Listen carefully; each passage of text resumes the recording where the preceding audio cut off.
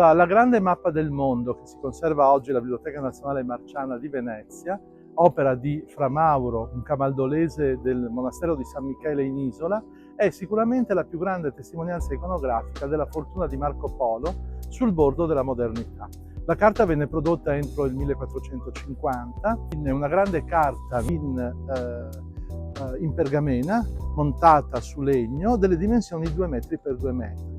È orientata a sud come nelle carte di tipo arabo e quindi tutta la rappresentazione è rovesciata rispetto a quella a cui noi siamo abituati quando guardiamo una carta geografica.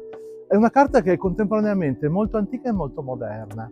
È molto antica perché non ha le caratteristiche delle carte di Tolomeo, quindi niente meridiani, niente paralleli, niente distanze. In più è fatta come sono fatte le carte medievali, cioè una carta disegnata e con rubriche. I luoghi sono rappresentati da delle icone, i ponti, i boschi, le città, e accanto a ogni elemento semanticamente significativo c'è un breve testo, ridotto dal nome del luogo stesso fino a un testo più lungo, scritto in veneziano, secondo appunto il modello degli antichi mappamondi medievali 200-300.